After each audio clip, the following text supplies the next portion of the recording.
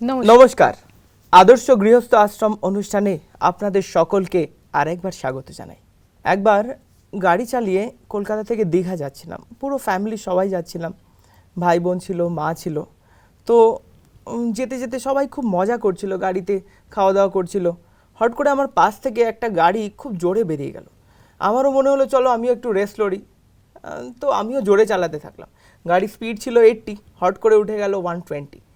তো গাড়ির ভেতরে যারা ছিল তারা প্রচণ্ড ভয় পেয়ে গেল।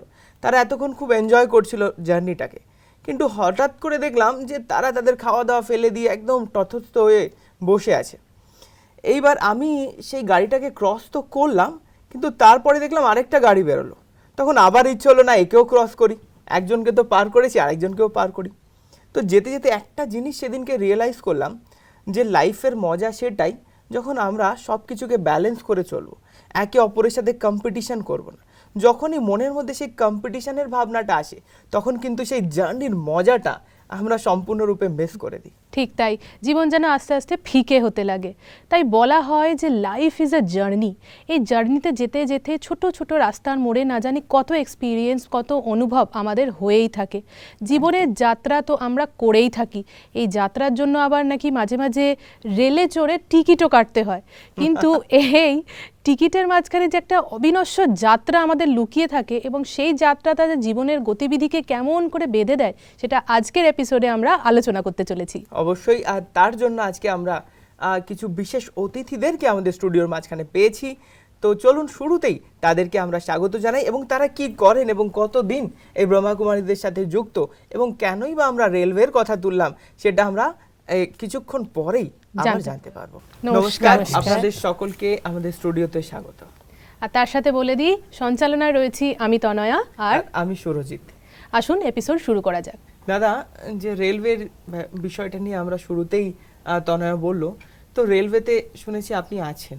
তো লাইফটা যে জার্নিটা, যেটা আমরা জানি লাইফ ইজ এ জার্নি, তো এই জার্নিটা আর রেলওয়ে জার্নিটা, তো দুটো জার্নিকে আপনি কিভাবে রিলেট করেন?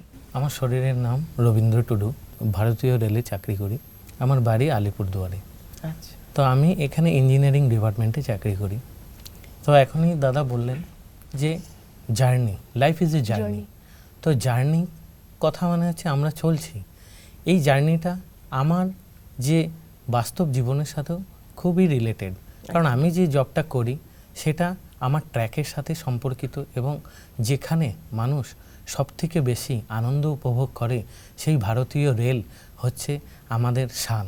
তো এই রেলেই আমি নিজেকে চাকরিরত অবস্থায় দেখে আমি নিজেকে খুবই গর্বিত অনুভব করি।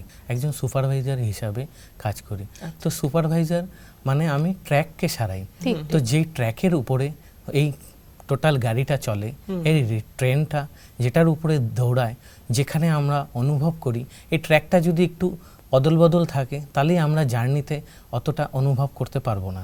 তো এই ট্র্যাকটা যাতে ভালো থাকে এটাই আমাদের সারা দিনের মেহনত থাকে এবং এটাই আমাদের অনুপ্রেরণা জাগায় যে আমরা কতটা মানুষকে দিতে পারবো। এটাই আমাদের পরিষেবা। আপনাকে করি প্রশ্নটা, আপনি কোথা থেকে আসছেন, আপনার নাম কি, আপনি প্রফেশনালি কি করেন? ওম শান্তি। আমার নাম জয়িতা, আমি আলিপুরদুয়ার থেকে এসেছি। আমি হাউসওয়াইফ। আমাদের এই জার্নি 2008 থেকে আমি বাবার জ্ঞান পেয়েছি, কিন্তু আমাদের চলা 2012-তে। আচ্ছা। তো যখন আমি বাবার জ্ঞান পাই, মানে বাবা হিসেবে পাই না। এখানে আমি যখন আসি তখন আমাকে আমার মাসি বলে যে রাখির উৎসব, সেই রাখি উৎসব পালন করার জন্য, যে এখানে বড় করে রাখি উৎসব পালন করা হয়, তোমরা যাও গিয়ে রাখি পরে এসো। অনেক বছর থেকে মাসি বলছিল। তো 2012 সেই সন, যেই সনে সেই সুবর্ণ সুযোগ আসে যে আমরা আমাদের এই বাড়ির পাশেই এক গীতা পাঠশালাতে গিয়ে রাখি পড়তে যাই। তো সেখানে যখন আমরা প্রথম যাই তখন সেখানকার যে আবহাওয়াটা ছিল একেবারেই অন্যরকম। আমরা ছোট থেকে বড় হয়েছি, ছোটবেলা থেকে আমরা দুই বোন। তো আমরা ছোটবেলাতে দুই বোন একে অপরকে রাখি পরাতাম। নিয়ম তো এটা ছিল না, নিয়মে ছিল যে ভাইকে বোন পরাবে।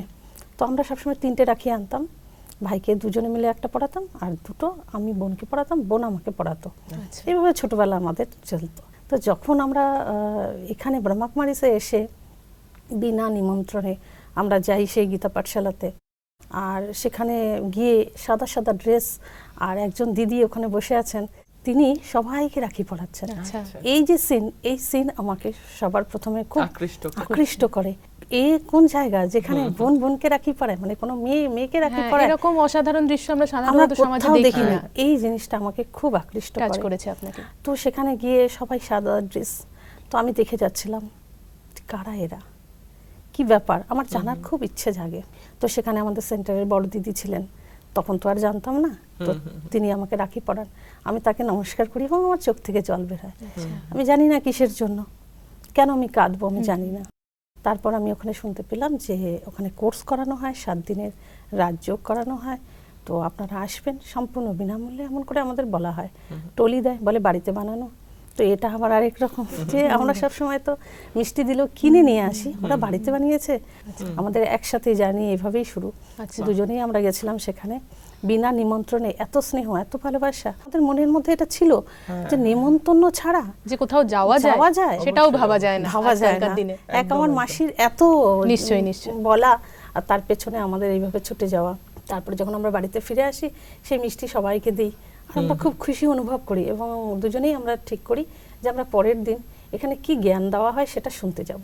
দুজনেই একসাথে ক্লাস করেছে। হ্যাঁ। সত্যি দিদি, আপনাদের আশ্রমে যে এত সুন্দর শিক্ষা দেওয়া হয়, যে সবাইকে এক করে নিয়ে চলা, বা এই যে রাখি বন্ধন উৎসবের কথা দিদি অনুভবটা শোনালেন, যে এই যে অনুপ্রেরণাটা, এটা কোথা থেকে পান? শুরুতে একটু আপনার পরিচয় নিয়ে একটু উত্তরে আসুন। আমি ব্রহ্মাকুমারী গোপা, আলিপুরদুয়ার সেন্টার থেকে এসেছি, প্রজাপিতা ব্রহ্মাকুমারী ঈশ্বরীয় বিশ্ববিদ্যালয়।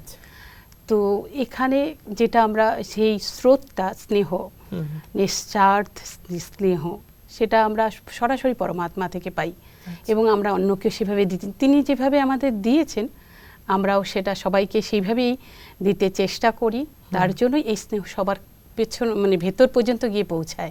আর সেটাই সবাইকে আকর্ষণ করে যে এইভাবে কেউ স্নেহ দিতে পারে, যার মধ্যে কোনো আনকন্ডিশনালি যে কোনো জিনিসই, আর একসেপ্ট করা মানুষকে।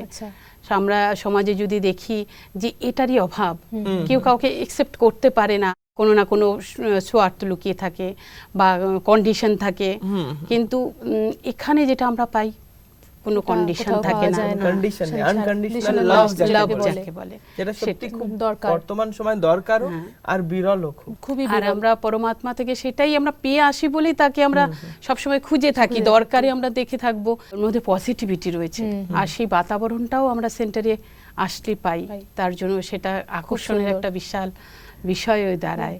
তার জন্য এখানে এসে সবাই সেই শান্তিটাকে, সেই আন্তরিক গুণগুলোকে ফিল করতে পারে। দাদা, আপনাকে জিজ্ঞাসা করি, এই যে দিদি এত সুন্দর বর্ণনা দিচ্ছেন সেন্টারে, আর আপনিও বলছেন যে না আপনার কাজটা হচ্ছে ট্র্যাকটাকে মেনটেন করা, তো ধরুন আপনি এই জ্ঞানটা নিচ্ছেন বিগত কিছু বছর ধরে, যেমন আপনি আমাদের সাথে আলোচনা করলেন, তো আপনার লাইফটাকে আপনি কিভাবে ট্র্যাকে রেখেছেন, একটা স্মুথ জার্নির মধ্যে দিয়ে যাচ্ছেন এই জ্ঞানটার দ্বারা? মানে অনুশাসন, আপনি কি কি জিনিস ফলো করেন, বা আপনি কখন ওঠেন, যদি একটু আমাদের সাথে শেয়ার করেন।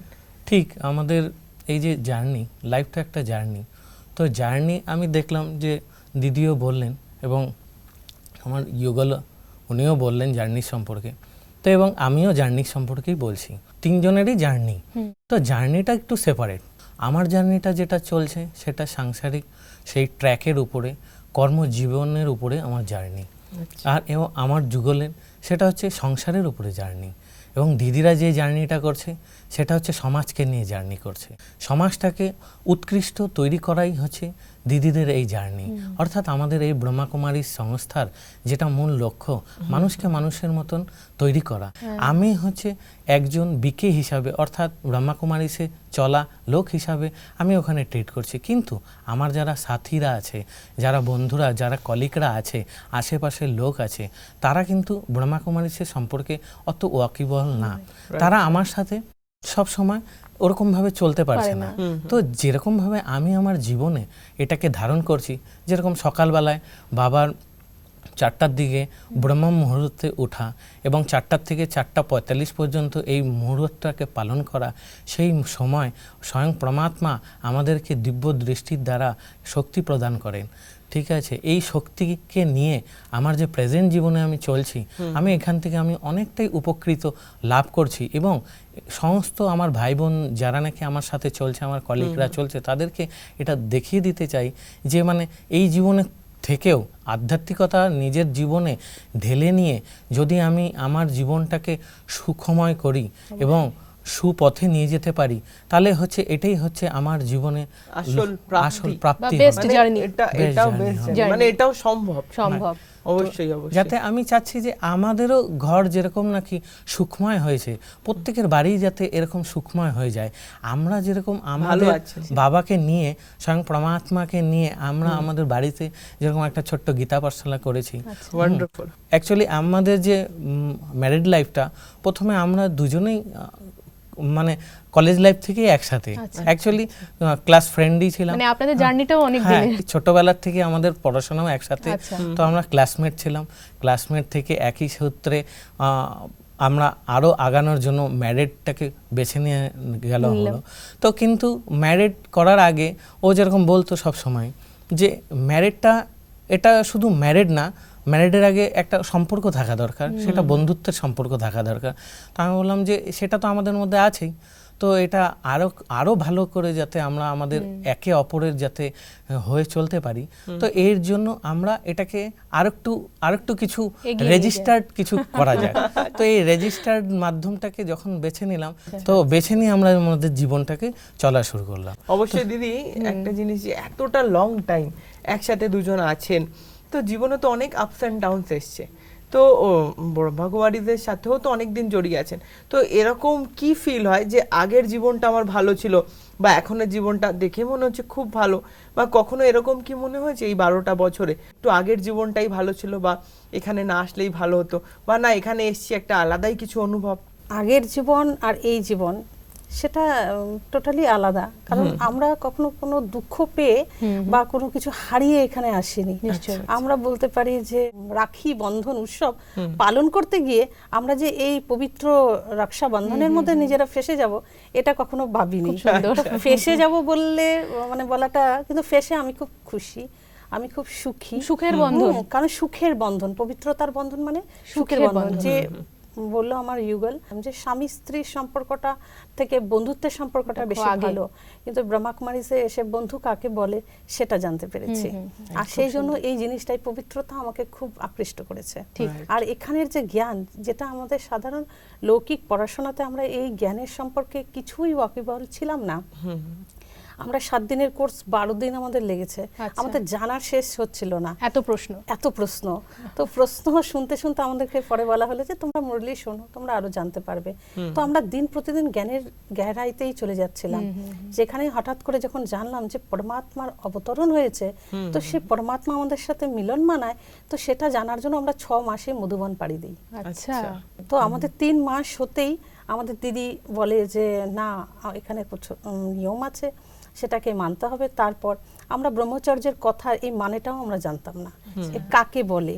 তো তারপর সেই 3 মাসের মধ্যেই আমরা সবকিছু জেনে আর তারপরেই আমাদের জার্নিকে শুরু করি।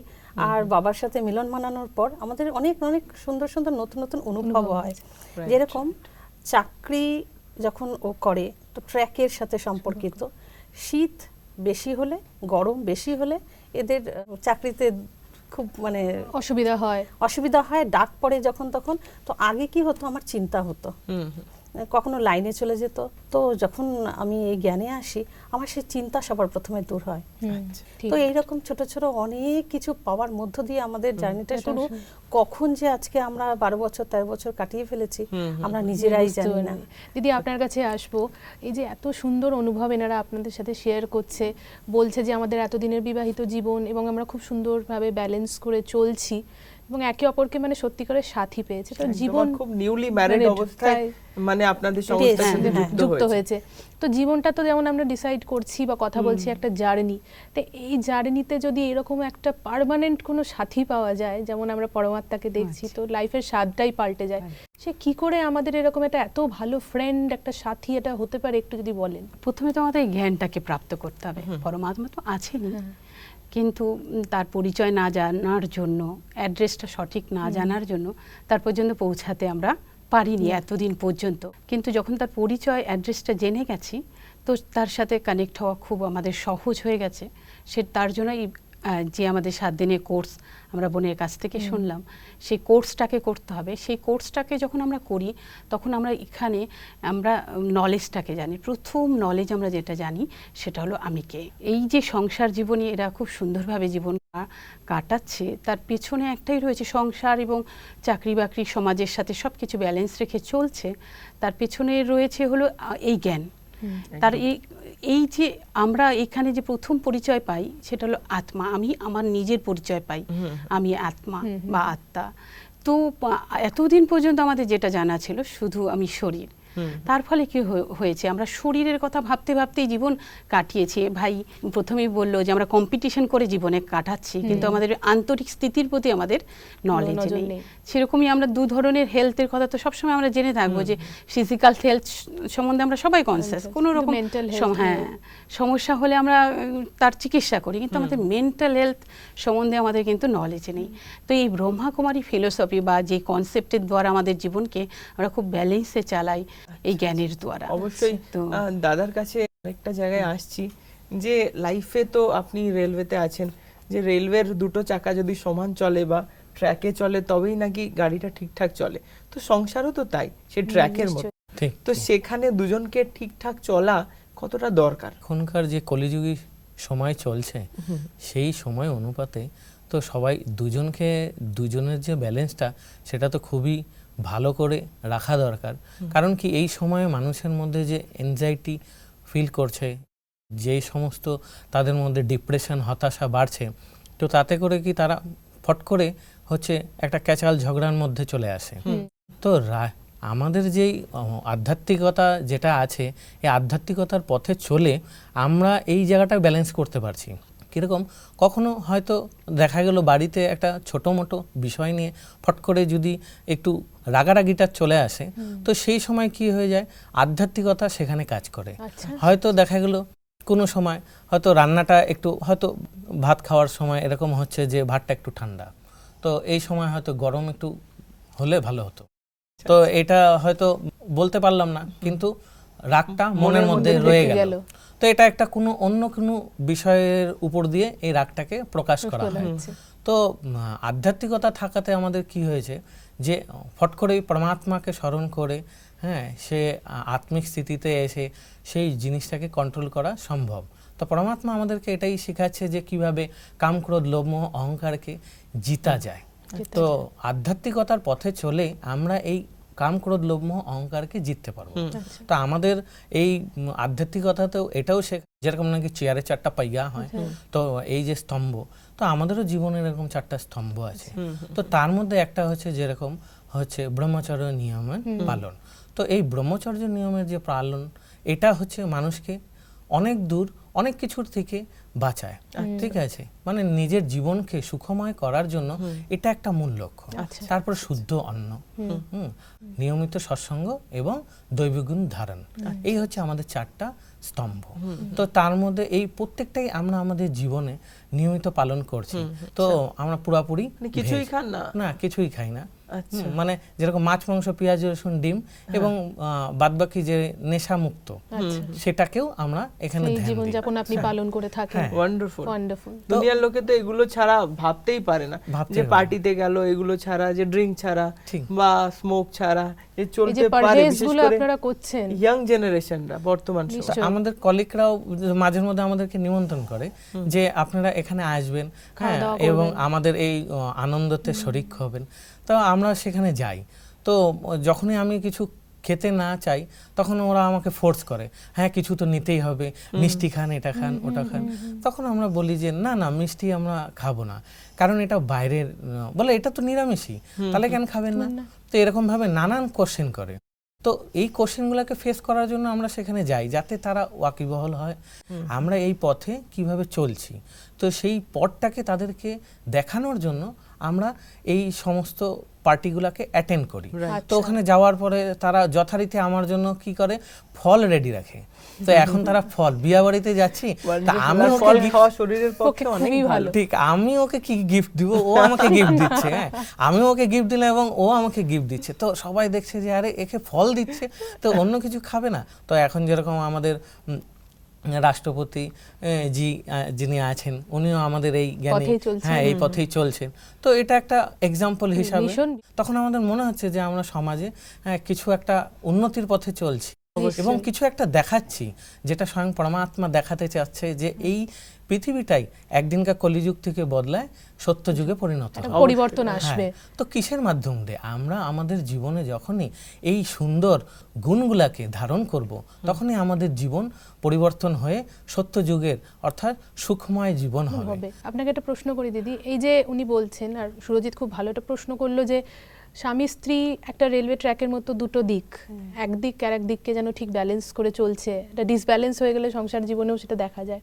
তাই এই যে এতদিনের বিবাহিত জীবনের পূর্বে একটা বন্ধুত্ব, তারপর জ্ঞানে আসা, তো বন্ধুত্বের যে এই সমীকরণ ইকুয়েশনটা কি পাল্টেছে, অ্যাঙ্গেলটা পাল্টেছে, অন্যভাবে দেখছেন নিজেকে, আরো কিভাবে সুন্দর নিজের হয়েছে। পার্টনারকে দেখেন, আরো বিশ্বাস তাতে জন্মেছে, বেড়েছে। আর গৃহস্থিটা বোধহয় আরো সুন্দর হয়ে আরো উঠেছে। সুন্দর হয়েছে, কারণ পরমাত্মার সেই শক্তি এমন ভাবে কাজ করে আমাদের জীবনে যে আমাদেরকে একে অপরকে বোঝাতে হয় না। আন্ডারস্ট্যান্ডিংটা অটোমেটিক্যালি এসেই হ্যাঁ, গেছে। তো তার একই নাইয়াতে দুজনেই সাবার হওয়াতে আমাদের নৌকাটা চলছে। অসাধারণ। দেখুন, আপনাদের সাথে কথা বলতে বলতে আমাদের অনুষ্ঠানও প্রায় শেষের পর্যায়ে চলে এসেছে, আর আমাদের অনুষ্ঠানে আসার জন্য আপনাদের তিনজনকেই অসংখ্য ধন্যবাদ। দর্শকদের ক্ষেত্রে বলি, প্রায়ই শুনে থাকি জিন্দেগি এক সফর হে সুহানা।